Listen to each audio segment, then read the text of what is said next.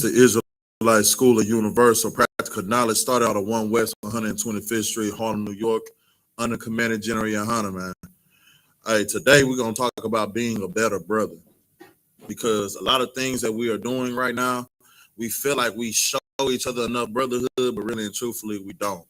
We don't show each other enough mercy and enough brotherhood, and that's the reason why we are still out here killing one another. We are still out here hating on one another. Can't see another black man succeed. Can't see another sister succeed in life because we're too busy hating on the fact that they're getting their blessings that they're getting right now, man. So today is going to be a class on how to be a better family member, how to be a better sister to another sister, how to be a better brother to your brother. That's what we're going to talk about today, man. The first thing that you got to know and understand to be a better brother is that you got to have control of self. Now, let's go to Proverbs 25 and 28. Let's start there.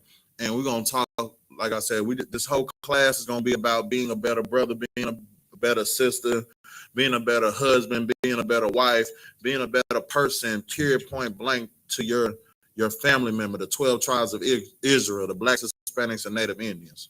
Go ahead and read once you got it out. Connor, one card. This is the book of Proverbs, chapter 25, verse 28.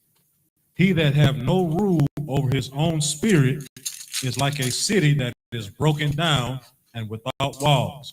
Understand this, man. If you have no rule over your spirit, it's just like being in a place with no walls. Just think about you being at home. Think about you being at home, and while you at home, you have no walls. You have no shelter. You have no covering at all. That's just like you sitting here and having no rule over your own spirit. You having rule over you not having rule over your own spirit is like you being in a place that you want to call shelter and protection with no walls, no shelter and protection. Nothing is there for you, man. Like if you can't control yourself, how do you expect the people to see light in you?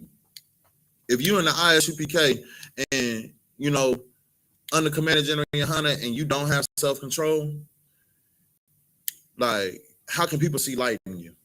How can people look at you and be like, you know what, this man is a changed man. This man is he renewed himself by the washing of his mind, going through the baptism of water and the baptism of fire, going through the furnace of affliction and becoming new. You can't show that if you don't have rule over your own spirit. Go ahead and keep reading. Huh? Connor, one card. Like no, that was it for that. That was it on that? Connor, one card. So what we are simply saying is this, man. We need to have rule over our own spirit, man. Go to Proverbs 16 and 32. You got to be able to control yourself. And when I'm talking to you, I'm talking to myself also. Like every time I teach a class, I always talk about a daily check. This is something that you daily have to check on. You have to check your spirit daily, because if you don't check your spirit daily, then you will sit here and do something out of your emotions that you will regret. And that's not what we do here. That's not what we want for you. And our job as brothers and priests is to get our people out of this hell. We can't get our people out of this hell when we're sitting here ready to fight our own people because we can't control our spirit. We can't control what we got going on because we too busy listening to words. We can't do nothing if we don't have control over our spirits first. Go ahead and read Proverbs 16. Connor, one card. This is the book of Proverbs, chapter 16, verse 32. He that is slow to anger is better than the mighty. He that is what? He that is slow to anger is better than the mighty. Why does it say he that is slow to anger is better than the mighty? Let's just start there. Do you know why it says he that is slow to anger is better than the mighty? Because he don't let his emotions consume him. You know what I'm saying? Which will cloud your judgment. Right. Like people that are quick to anger, they mess up. That's why most of our brothers and sisters is locked up in cages right now, locked up in the prison system right now, because they weren't slow to anger. They react based off of the first thing that happens. When you are quick to react and you're not slow to anger, you mess up. And you can mess up monumentally. Like, you can mess up to the point where you can't come back. You can't take back what you've done.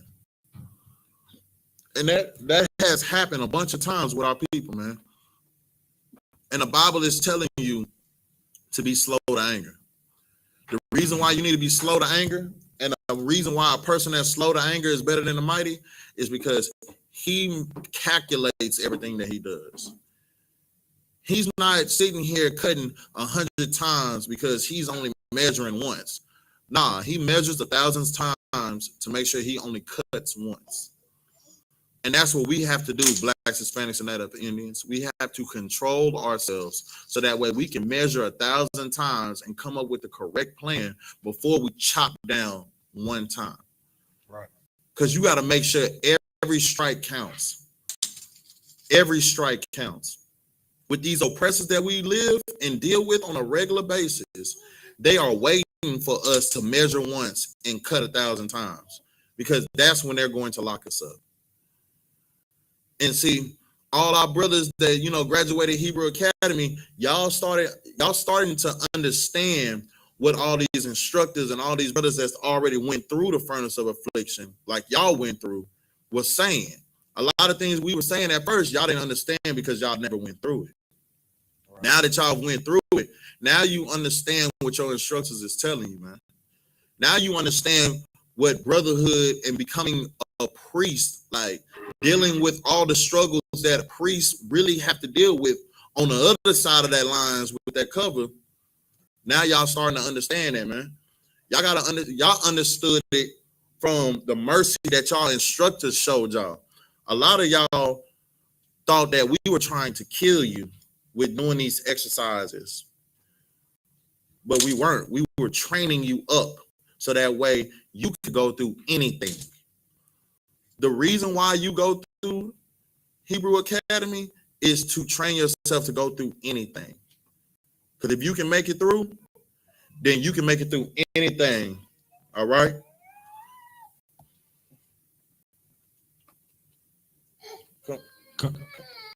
Finish it, sir.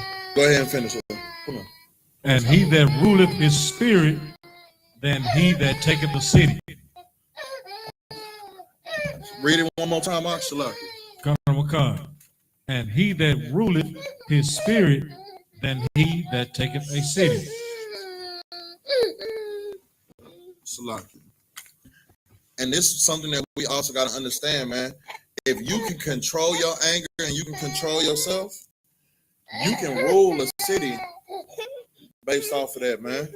Because like I said, everything that you do is strategic. Everything that you do is measuring 1,000 times. Like, there's ways to get the results you want, but doing it in the correct way, in the correct manner. That's what the generals teach all of us. The generals show us through their actions how to calculate everything that you do. And in that, you're being a better brother, because every time it don't always call for you to rah, rah, rah, yell like a lion. The generals taught class on that. Sometimes you don't need to yell. Sometimes you need to be like, well, you know what? I understand that you're yelling, but I understand this. I'm here. And there's nothing that you can sit here and do and say that's going to make me not be there for you. So I know you're upset, but this is the truth. I know you might not want to hear it right now because you're too much in your feelings, and I understand that. When you calm down, let's have a conversation. That right there is how you rule a city. You don't rule a city all the time by showing all your strength. Sometimes your strength is in your silence. Sometimes your strength is in giving mercy onto other people.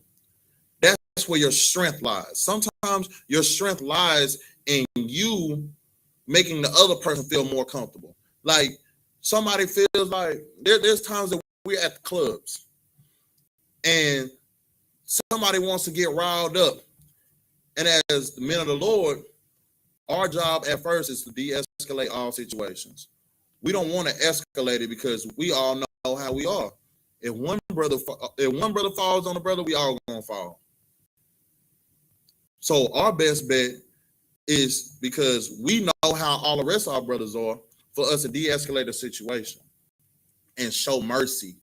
Because a lot of people don't understand, when you see one brother in a club, there's a whole bunch of us in there, and we all on the same time. So there's times that people get rowdy in the club, and you have to show them mercy because they don't know what they're doing. Right. They're too busy out there trying to drink and feeling like they Superman, but they don't know that the men of the Lord is in the midst, and who he's talking to is somebody that's not a light thing, and that's not a light person. So we all have to have mercy.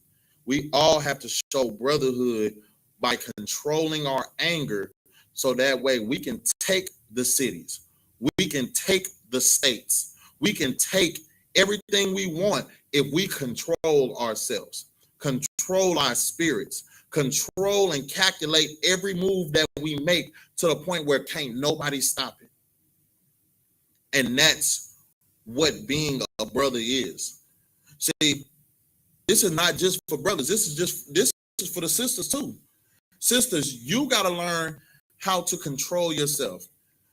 Because a lot of times, sisters, y'all get into arguments with your husband because you might not like what was being said.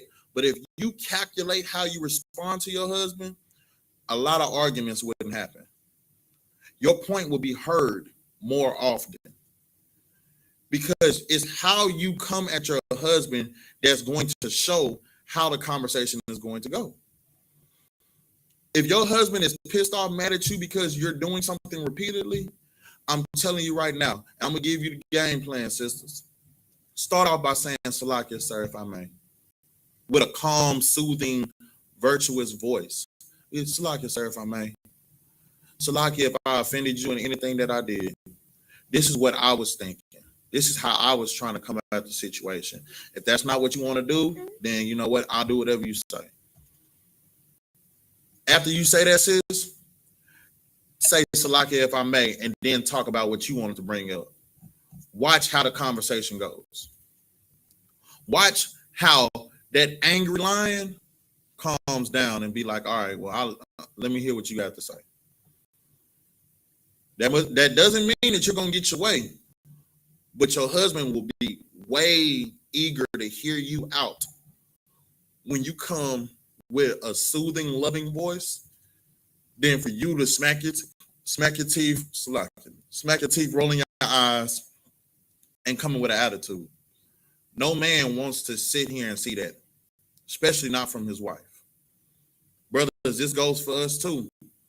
When we getting told what to do from our other ones, men that's above us, we got to check ourselves daily, because if you don't have control over your anger, that's how you end up in councils. That's how you end up losing rank. That's how you end up in a situation where you look like the bad guy, when if you would have just did it correctly, you would have came out on top, or everything would have been equal. There wouldn't have been no problem if you just knew how to be like, well, come on, sir, so like if I could. We have to control ourselves. Have to. Because when we don't control ourselves, we leave room for demons to intrude. We leave room for offenses to be given, because when we're in our feelings, you'll say whatever and do whatever to try to hurt the other person. And that's not what we're doing here in the Israelite School of Universal Practical Knowledge under Commander General YAHANNA. We are here to love one another. Let's go to Ephesians 4 and start at verse 31. This book of Ephesians, chapter 4, verse 31. Let all bitterness and wrath and anger and clamor and evil speaking be put away from you with all malice. Now, what does the word malice mean? Let's look it up. If we don't know what the word malice is, let's look it up. Because right now the Bible is telling us, let all bitterness and wrath and anger and clamor and evil speaking be put away from you. So right now it's already telling you all these things that can cause a problem: the bitterness, the wrath, clamorous, the foolish speaking, the evil speaking of the tongue. Let it be put away from you. Let it not be by you. Let it not come out of your mouth. It says with all malice. What does malice mean? Like evil or wickedness. So it's telling you to put it all away with all malice. So that means don't just be like, all right, I ain't gonna say it. No, be like, no, I'm not finna be wicked. I'm not finna speak like out of anger. Something that I had to learn and something that I'm still checking myself on daily is when I'm mad and I'm angry, maybe that's the time for me to shut up. Because I know my mouth. I can say something that'll cut you. I can say something and I don't even sit here and mean it, but out of my anger, I can sit here and say something that will hurt your feelings. And then I have to go back and tell you Salakia, but the hurt has already been done. That's like me punching you in your face and then coming back and telling you Salakia. Yeah, you got the apology, but your eye still hurts from being punched in the face. And that's something that we got to work on. This is something that we have to deal with. We have to know how to sit here and keep from saying certain things when we're upset. When we're upset, it's time to be silent. It's time to be like, all right, no sweat. That's how you become a better brother. A better brother knows how to control his mouth, knows how to make sure that evil things that are being spoken out of, the evil things that the demons in your mind is telling you to speak on, don't come out your mouth. Because at the end of the day, you really don't mean it. Now, calm down first.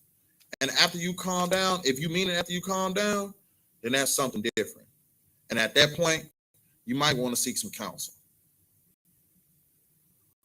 Go ahead and keep reading.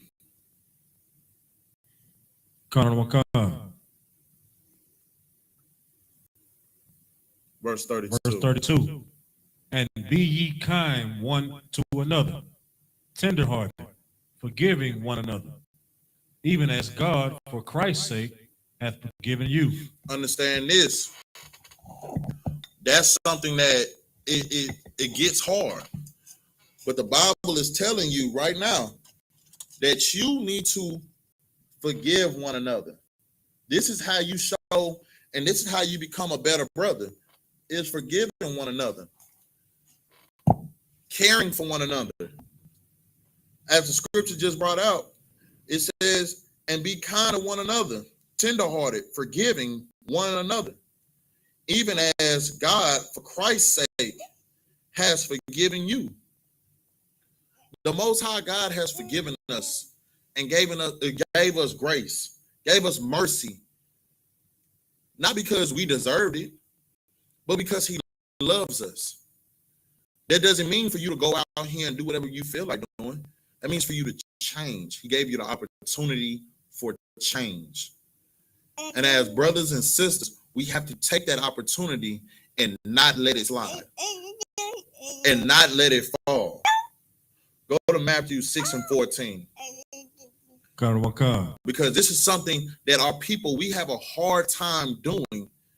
Like if someone offends you, you don't want to forgive them. You'll sit here and say, oh, I forgive you. But really and truthfully, you are sitting here holding on to it. You're holding on to a grudge because you really and truthfully don't want to forgive that person, because you want to hold on to it to the point where you have something to go back and be like, nah, you remember that day you did this to me? You remember that day you did that to me? But you wouldn't want the Most High to do that. You don't want the Most High, as being a brother and sister in the truth, you don't want the Most High to start judging you based off of who you was in the world. You remember that day you was on that stripper pole? Sis, you remember that day you was around here smoking weed? You remember that day you was around here hopping from husband to husband, rod to rod? Brother, you remember when you was out there selling drugs in the community? Brother, you remember when you killed that person? Brother, you remember when you sat here and put weed to your lips, cigarettes to your lips? You remember when you sat here and was doing all this wicked stuff, we wouldn't want the Lord to run down all the wickedness that we do. So you need to be loving and caring and tenderhearted to your brother and sister, so that way the Lord would do it for you. And this is the precept right here that will sit here and show you exactly what I'm talking about right now. Go ahead and read it. This is the book of Matthew, chapter 6, verse 14. For if ye forgive men their trespasses, your heavenly Father will also forgive you. Read it one more time. For if ye forgive men their trespasses. So if you forgive the person that sat here and did something against you and they came back and apologized, if you forgive them, what will happen? Your heavenly Father will also forgive you. The Most High will have mercy on you if you have mercy on a person that did something that trespassed against you. But read the next sentence. Verse 15. But if ye forgive not men their trespasses. So if you sit here and be like, you know what? Nah, I don't forgive you for what you did. Nah, I'm gonna keep holding this over your head because you were wrong in this. And even though you said sorry, I don't accept that because you shouldn't have never did that in the first place. What does the Bible say? What is going to happen? Neither will your Father forgive your trespasses. Then don't expect the Most High to have mercy on you on Judgment Day. If you can't sit here and forgive your people, if you can't forgive the person who has trespassed against you and apologize for it, then don't sit here and expect the Lord to. Because why would you want him to forgive you, but you are too busy holding a grudge to somebody else, and they haven't done as much as you've done? Because the Most High had already said the smallest sin is the biggest thing to him. Right. Ain't no small or big sin to the Most High. You eating pork, that's a big thing to the Most High. You smoking weed is a big thing, a big sin to the Most High. Everything we used to do in the world before we got into the truth, and even some of the mistakes that we make in the truth, growing as young men to trooper to officers to captains to the generals, even the things that we do now, if you're not being perfect, you are slapping the Most High in the face. Right. So if you want forgiveness, you have to be somebody that can forgive. You have to. Not you know, I might not want to. Well, if you don't want to, don't expect the Lord to. That's simple. That's in the scriptures. You forgive your people that trespass against you, the Lord will do the same. But if you don't expect the Lord to. Let's go to Luke 17 and 1. Let's start here. And we're going to read all the way down to verse 4. This is the book of Luke, chapter 17, verse 1. Then said he unto the disciples, it is impossible, but that offenses will come. But woe unto him through whom they come. Verse 2. It were better for him that a millstone were hanged about his neck, and he cast it into the sea, than that he should offend one of these little ones. Understand this. What it's saying right here,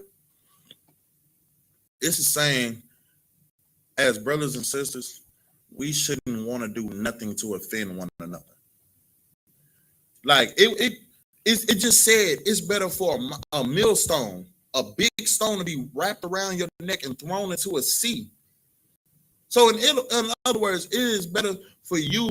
This is a metaphor, of course. It's not telling you to commit suicide and kill yourself, but it's saying you're better off putting a millstone around your neck and throwing it in the sea than to offend one of these little ones. To offend and the little ones is the Most High's children. We're all the Most High's children. So instead of us offending one another, we should work double time to not offend one another, because it's better off that we don't. Keep reading. Verse 3. Take heed to yourselves. If thy brother trespass against thee, rebuke him. And if he repent, forgive him. Understand this, man. If a situation occurs where a brother offends you, you take it to that brother. Take it to that brother and that brother alone. Matthew 18 and 15. And if that brother says, you know what, Salakia, forgive him. Be like, you know what, hey, I forgive you. And move forward. The reason why you forgive him and move forward is because first and foremost, there's a lot of work to be done. And as brothers and sisters in the truth, we have too much work to be done for us to be arguing over frivolous things. We got too much stuff that needs to be done, man. Christ is not back because we haven't did all our job yet. We haven't gotten all our people out. They're waiting on us. And the reason why they're waiting on us is because we have not completed the order. And our job is to keep completing that order. Keep trying to get our people out of this hell, man. Keep teaching on these streets. Keep showing brotherhood and sisterhood so that way somebody could see it and be like, you know what? I want to be just like them. Let me get into the Israelite School of Universal Practical Knowledge because their brotherhood and sisterhood is so unmatched that I need that in my life. I need that love for my people like these people show each other. That is our job.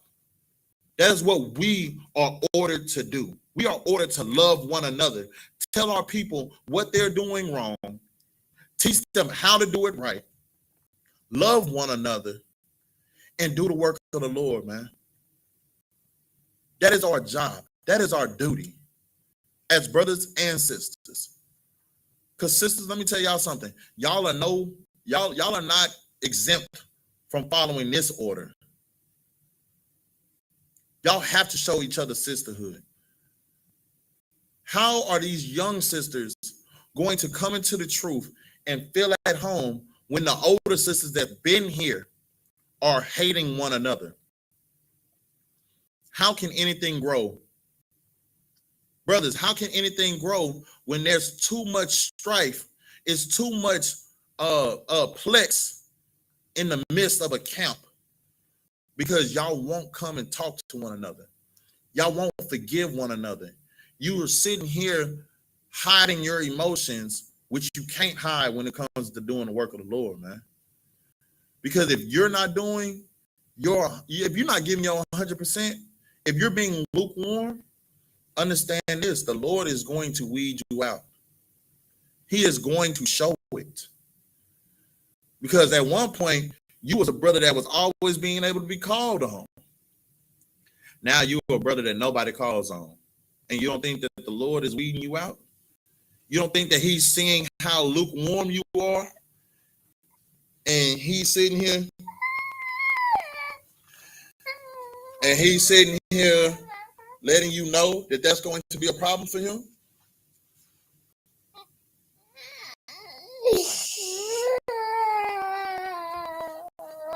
So understand this, man. When it says take heed to yourself, and if your brother trespass against thee, you rebuke him.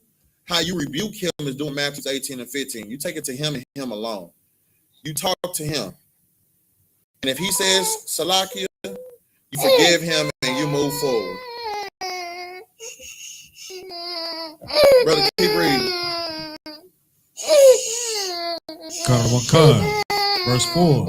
And if he trespass against thee 7 times in a day, and 7 times in a day turn again to thee, saying, I repent, thou shalt forgive him. Understand this as well. It just lets you know that if your brother trespass against you 7 times in a day, and one day he done trespass, he done offended you 7 times in one day, but every time he offended you and you brought it to him and he said, Salakia, what does it say to do? Thou shalt forgive him. You should forgive him.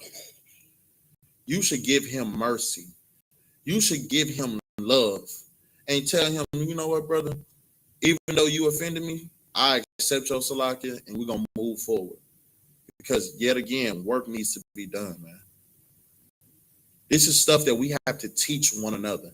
We have to teach the young man coming into the truth and also show them by our actions how to do this. how to have that brotherhood that's unmatched. Let's go to John 17 and let's start at verse 14. This is book of John, chapter 17, verse 14. I have given them thy word, and the world have hated them, because they are not of the world. Understand this. When you came into the truth, you were given the word. There was something that was given unto you that made you come out of the world and come into the truth. And understand what it says. It says, and the world has hated them because they are not of the world. The world has turned their back on us. The world don't understand what's going on with us. They don't understand why we dress the way we're dressed. The world don't understand why we move the way we move. The world don't understand why we don't eat pork, crab, shrimp, lobster, crawfish, catfish. The world don't understand why we sitting here saying Kwam Yasharala when it says rise Israel rise. The world don't understand why we wear garments. The world doesn't understand why sisters have their head covered. The world doesn't understand why we don't celebrate Thanksgiving, Christmas, and all these other pagan holidays. The world don't understand that, so they hate us because we do it. We didn't have as much trouble when we were sinning in the world. When we were sinners in the world, we didn't have troubles. We had a little bit of troubles, but we didn't have people hating on us because we didn't eat pork, crab, shrimp, and lobster. Everybody was happy when we were celebrating Christmas, but when you stopped celebrating Christmas, what happened?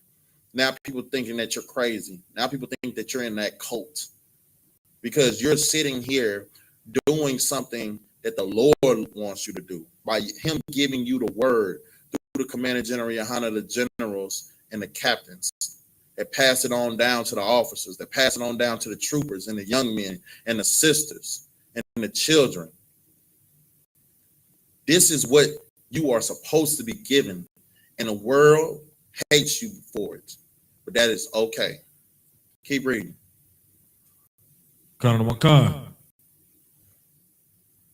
Because they are not of the world, even as I am not of the world. The only thing, understand this. They hated Christ because he was not of this world. He was in the world, but he wasn't of this world. He wasn't doing the things that the people in the world was doing. He was being set apart. He was being holy. And that's what we have to be doing. This is what we have to continue doing. This is why we are the way that we are in here in the I.S.U.P.K. Because we are not of this world. Keep reading on.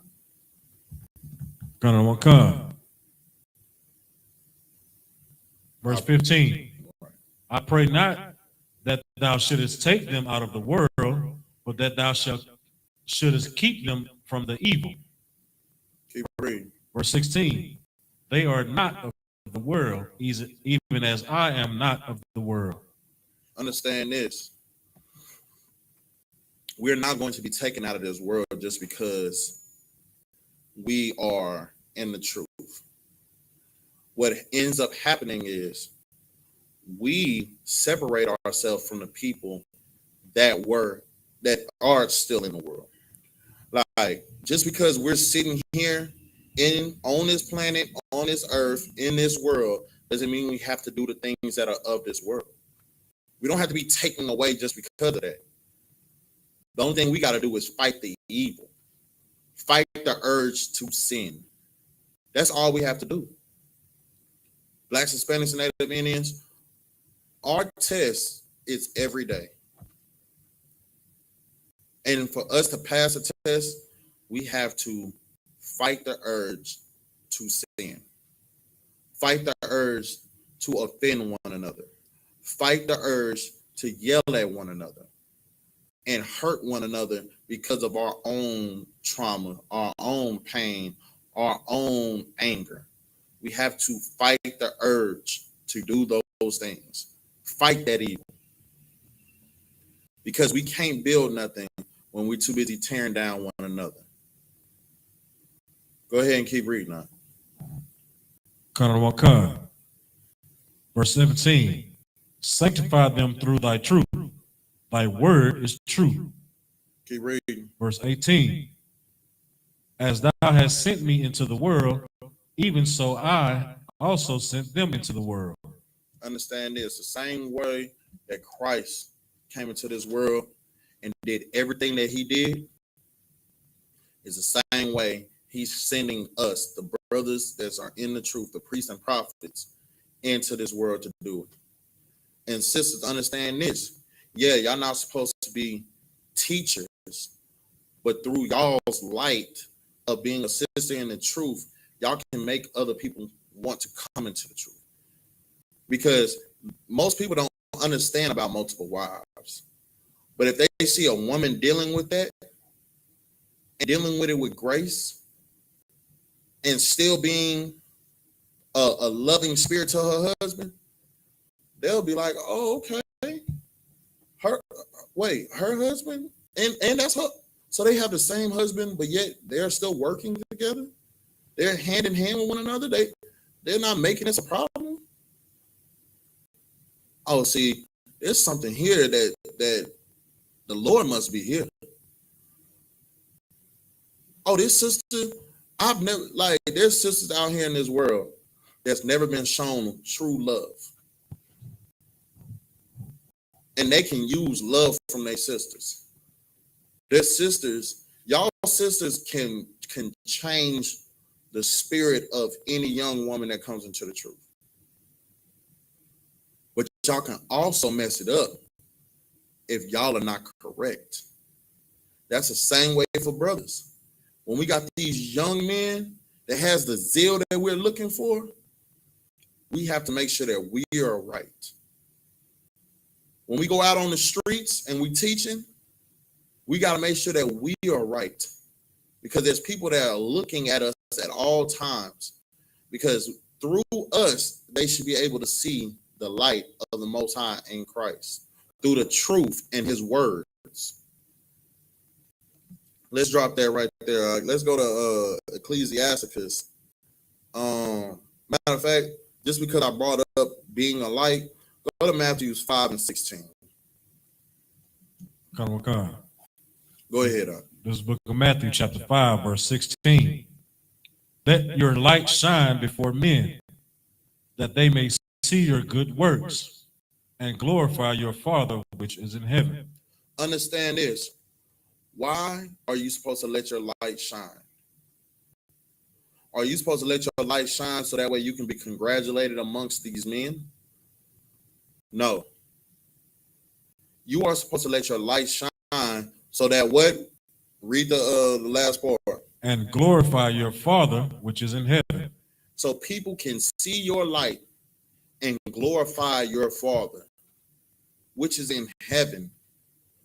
You're supposed to let your light shine so bright, and people are supposed to see it to the point where they show the Most High God all the praise, all the love, all the glory and everything.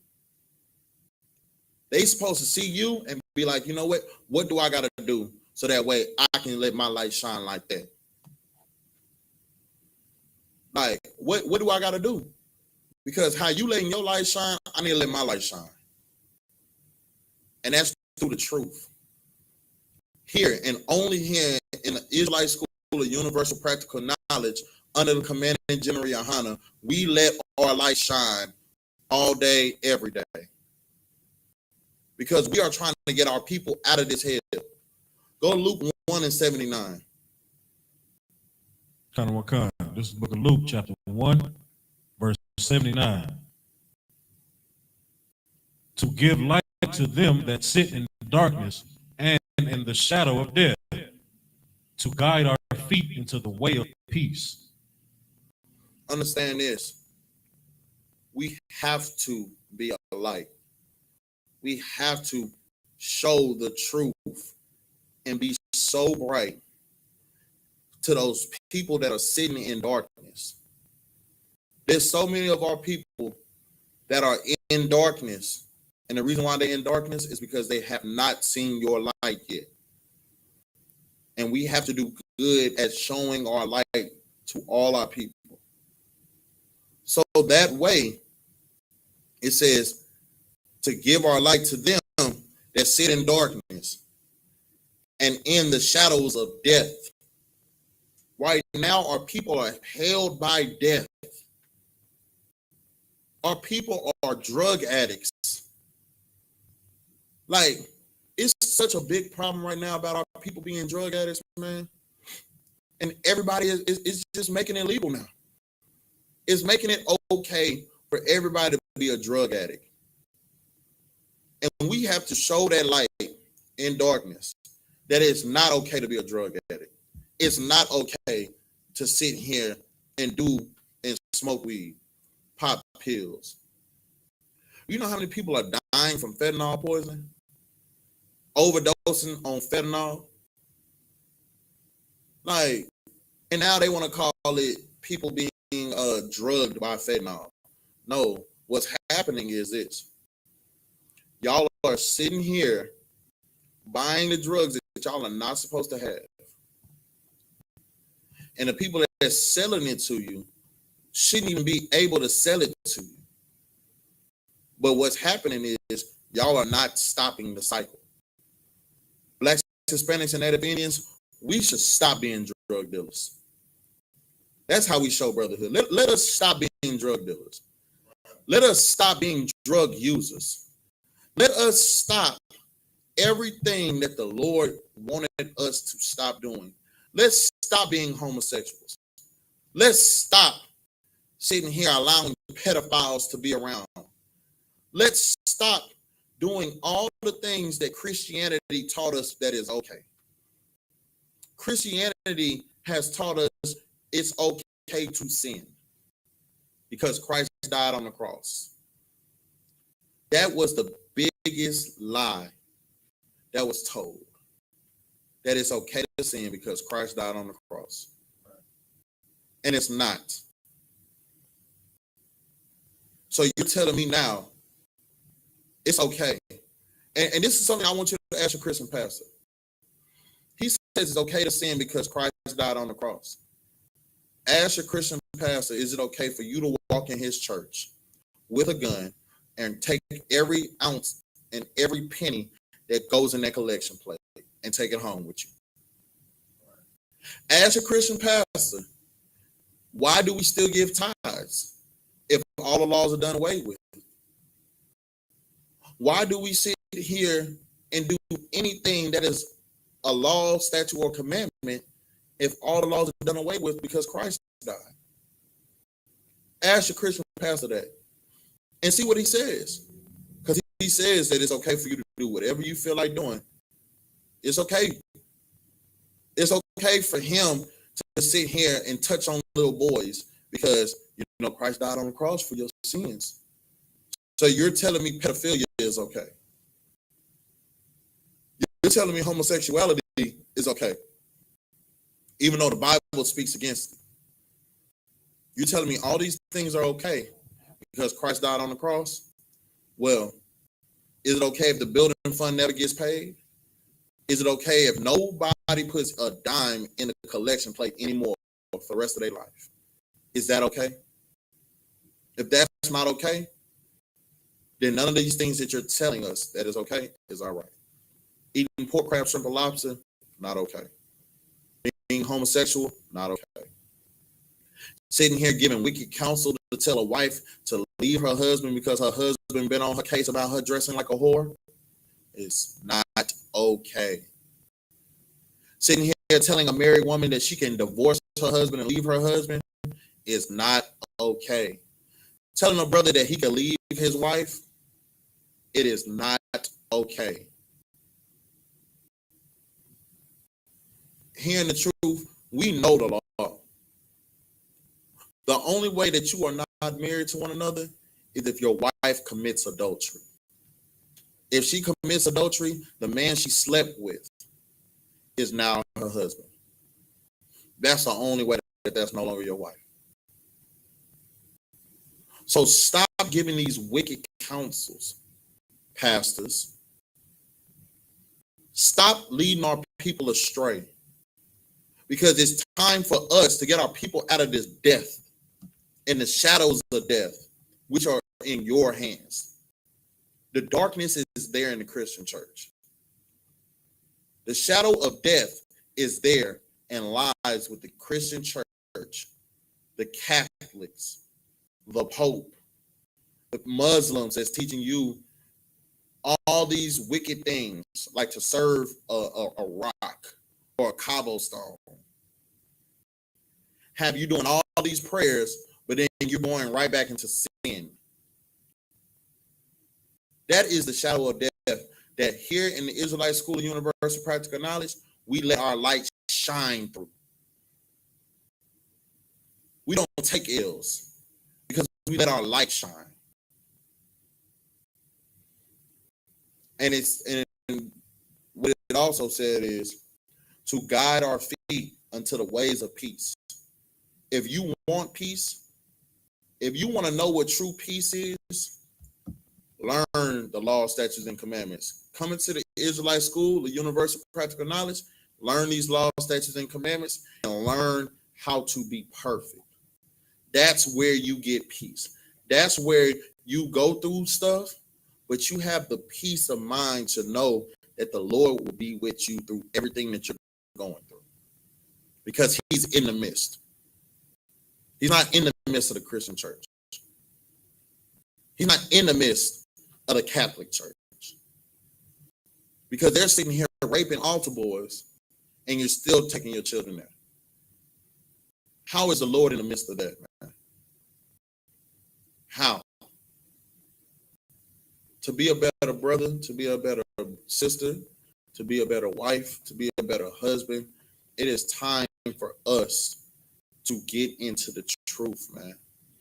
It's time to get into the Israelite School of Universal Practical Knowledge under Commander General YAHANNA. Learn your heritage, learn who you are, learn what you are supposed to be doing, and do it to perfection. Do it like if I mess up, I die. Go to Ecclesiastes chapter 2, verse 5, man. We done talked about being a light and letting your light shine. Now, let me tell y'all what's going to happen when you come into the light. When you come into the light, there's something that you will start dealing with. And while you're dealing with it, you need to take it with your chin held high and take it cheerfully. Go ahead and read. This is the book of Ecclesiasticus out of the Apocrypha, chapter 2, verse 5. For gold is tried in the fire, and acceptable men in the furnace of adversity. Why does it say acceptable men in the furnace of adversity? Why does it say that gold is tried in the fire and acceptable men in the furnace of adversity? Why does it say that?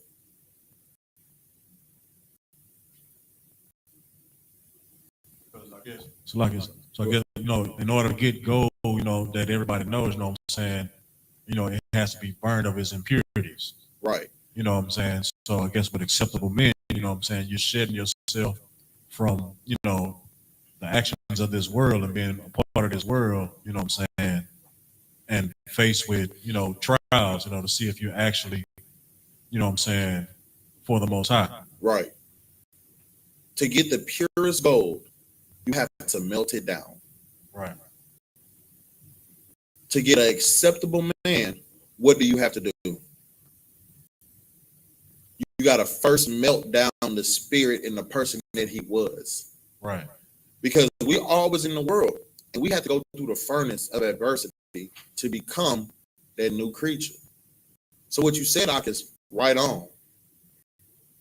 That's the only way for you to get that. The only way for you to get that is for you to first go through the furnace of affliction. Go to Isaiah 48 and go to verse 10. Because it says it more than once that you got to go through a furnace. To be a better brother, you got to go through a furnace. To be a better sister, you have to go through the furnace of affliction. You have to be tried. You have to go through the hard times. You have to shed yourself of the world. Go ahead and read. This book of Isaiah, chapter 48, verse 10. Right. Behold, I have refined thee, but not with silver. I have chosen thee in the furnace of affliction. You are chosen out of the furnace of affliction because that shows who you truly are. The Lord knows who you are through the furnace of affliction.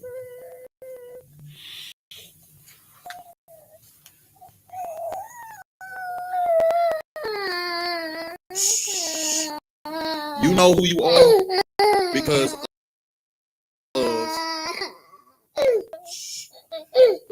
the Lord knows who you are as his soldier because of what you go through and how you go through it and how you handle it. He said in Matthew's, he said that acceptable men, no, in Ecclesiasticus, it said that acceptable men are in the furnace of adversity. And it also said that I didn't refine you in silver and gold, but I refined you through the furnace of affliction. In Isaiah, this is letting you know that you have to be tried. You have to go through something to become the man that you are supposed to be. There's trials, there's tests that we go through every single day. It doesn't matter what your rank is. You go through it still. And like I said, this class is to teach us how to become better brothers, better sisters. I'm not talking to you like I'm better. I'm talking to you like this is the same stuff that I go through.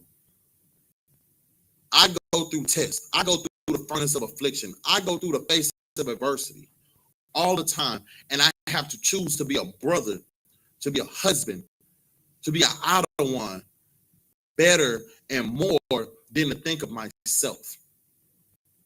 When you're selfish, you do whatever you feel like for yourself.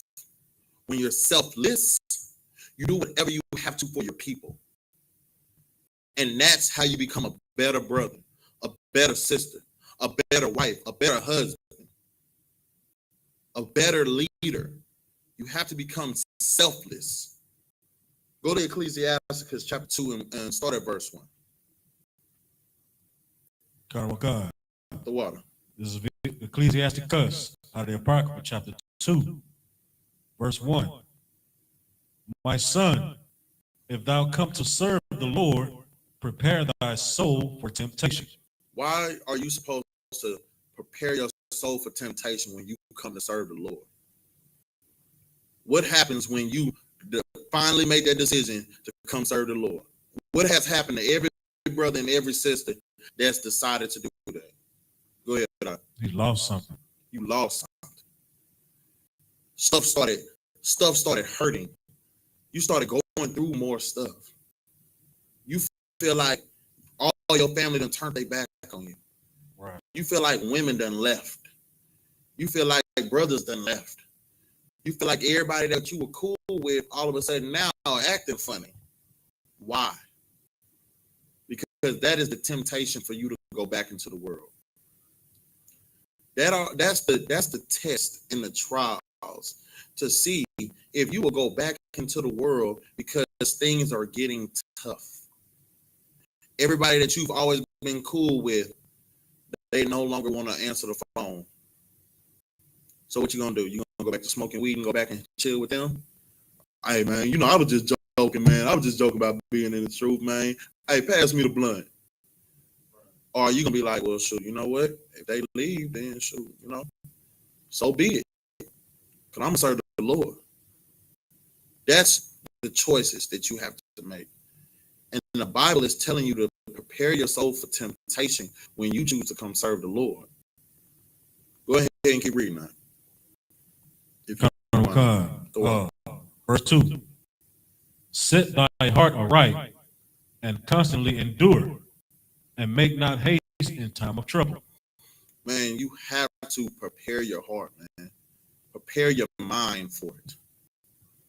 And it says, and consistently endure, constantly endure. Be consistent in your endurance, man. When you're enduring, All right. I want you to search up the definition of endurance. All right. Like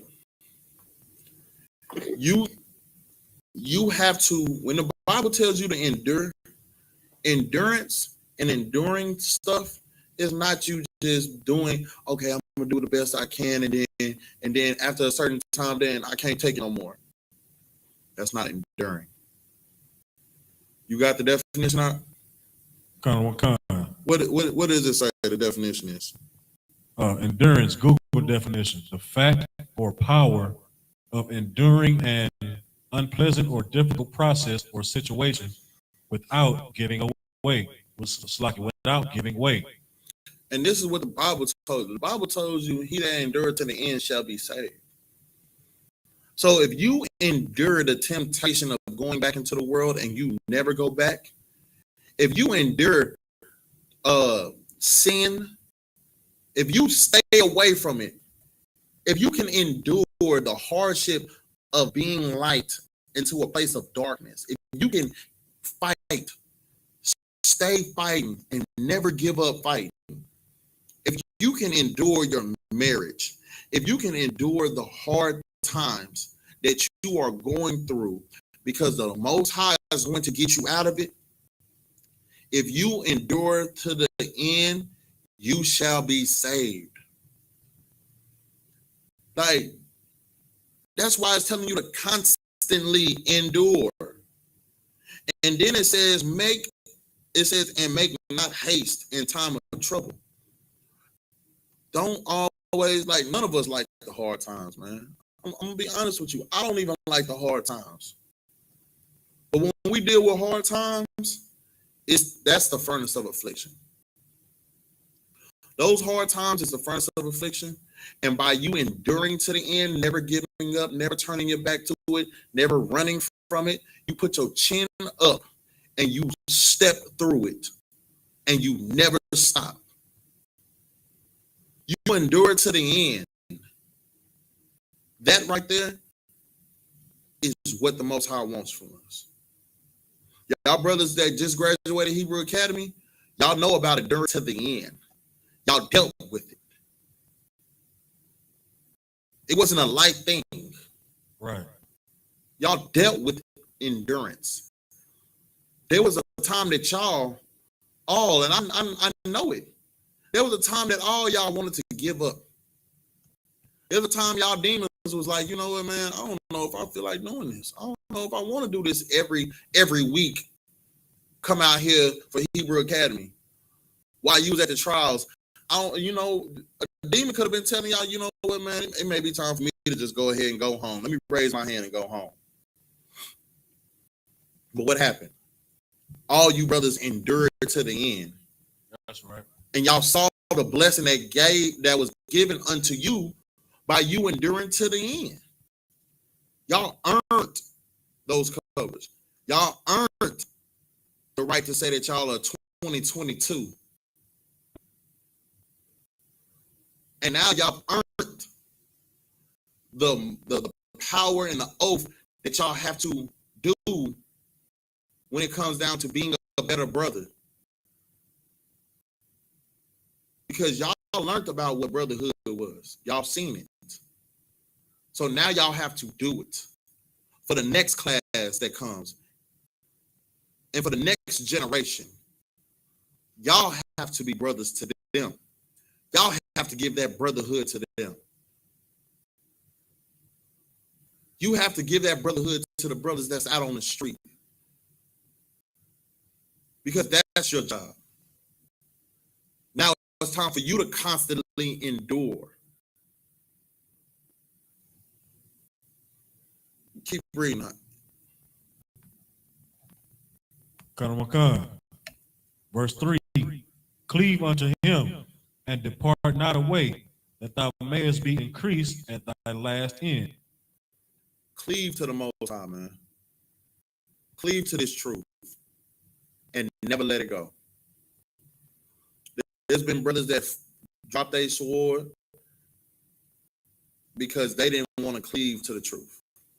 They didn't want to cleave to the Most High and his words. To be a better brother, You have to cleave to the truth. You have to cleave to what's right. And that's the only thing that's being taught to you here in the Israelite School of Universal Practical Knowledge. You are being taught what is right for the first time in your life. So yeah, your demons don't want to sit here and take in what's being said because they rather do wrong than to have to do right. Right. Endure. Endure the struggles. Endure the hard time, man. Endure.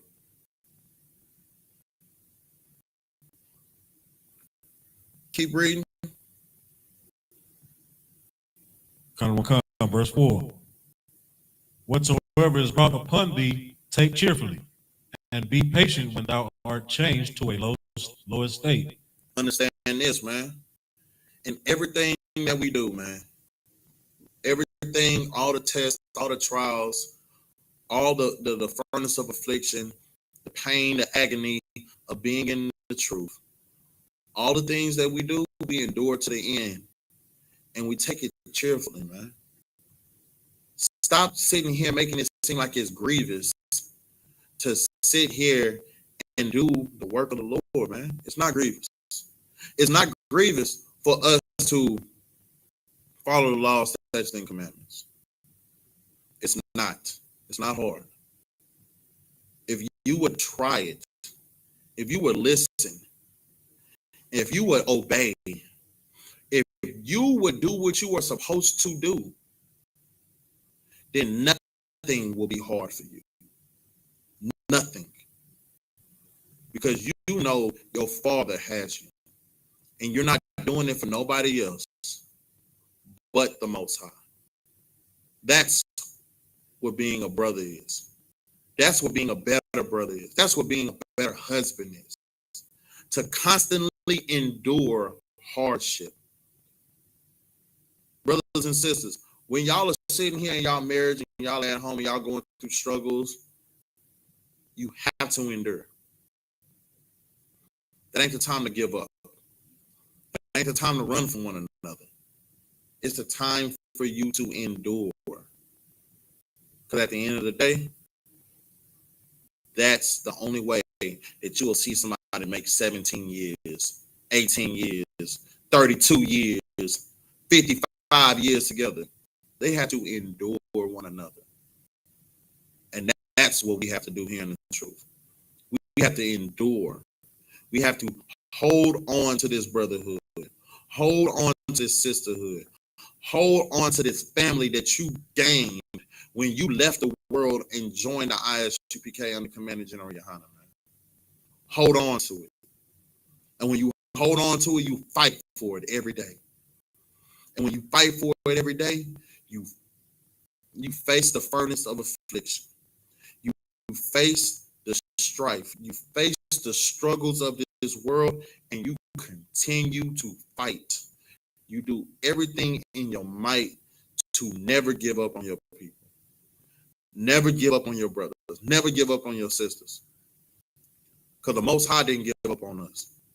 And He's given us ample opportunities. So many opportunities to do right, that who are we to give up on our people just because we came out a couple of times to camp and they don't want to hear us? Who are you? You keep going to camp. You keep getting your people out of this hell until we get the order to stop. That's true brotherhood and sisterhood, man. Ike, you got anything? Laga, what you were saying was heavy because, like even Paul himself, said, that he died daily. Right. You know what I'm saying? So he fought his flesh, daily, to endure. And that's what makes that 2 Timothy 4:7, also great. The Christians, they always put this, at funeral time when he says, I have fought a good fight and have finished my course. That means he, that when somebody died, that's what they, put on the obituary or whatever. But, basically what they're saying is that he endured to the end, I have kept the faith, which means that he endured not only his his lust of the flesh, you know what I'm saying? But he had to help other brothers fight theirs. Right. You know what I'm saying? And he did it, you know, dying daily. You know what I'm saying? He had to fight every day and endure every day. You know what I'm saying? Until, you know, he eventually, you know, passed. That's a heavy point. Right. Like, we do have to die every day. We die daily. And that's why I say, like, we're not sitting here saying we're better. We follow the law, statutes, and commandments, so that puts us in a better position than our brothers and sisters that don't follow the law, statutes, and commandments. But the same way we tell y'all to fight every single day, we fight every single day. Right. We kill ourselves daily to be better for our people. And that's never going to stop, man. And as long as you're sitting here calling yourself a priest, calling yourself a sister in the truth, you need to kill yourself daily. Kill your demons daily to fight for the Lord, to fight for the Most High, to fight for this truth, to fight for the honor for the Lord to say, well done, my good and faithful servant. Come on in. If you don't endure to the end, because if you don't fight, the Lord will tell you, depart from me, because I never knew you. And that's the worst thing that we ever could hear. It's our Father telling me that I never knew you. So Blacks, Hispanics, and Native Indians, it's time for us to be better brothers, better sisters, better husbands, and better wives. And now you have some of the tools to do that, man. And with that, we're going to say Amajim, which means to stand. We're going to say the Lord's Prayer in the Hebrew and then in English. All right. Sor, which means to face the east. Awanawa, Shabbat Shemayim, Kodash, Hayah, Shemka, Yahweh, Malakwaka, Daba'ah, Ratazayaka, Ayah, Aisha, Barataza, Kawa, Ayah, Bashamayim, Latadanawa, Lakam, Ka, Yawam, Wasalakwa, Kabawaknawa, Kasalaknawa, Kabawaknawa, Wala'a, WI'anawa, Banasayawan, Abak, Aishanawa, Mayan, right, Kaya, Laka, Hamalakwa, Wahala, Wahata Para, La Awalonia, Aman, in English, our Father, which art in heaven, hallowed be thy name, thy kingdom come, thy will be done in earth as it is in heaven. Give us this day our daily bread, and forgive us our debts, as we forgive our debtors. And lead us not into temptation, but deliver us from evil. For thine is the kingdom, and the power, and the glory, forever. So be it. So, let's face the front. We're going to give a courtesy salute to the brothers, then to the sisters. Men of Israel, Man Shabbat, Man Barak, Yahweh Bashim Yahweh Shabbat, Yahweh Matah, Torah, face the sisters. Men of Israel, Man Shabbat, Man Barak, Yahweh Shemal Adah Bashim Yahweh Shabbat, Yahweh Matah, dismissed.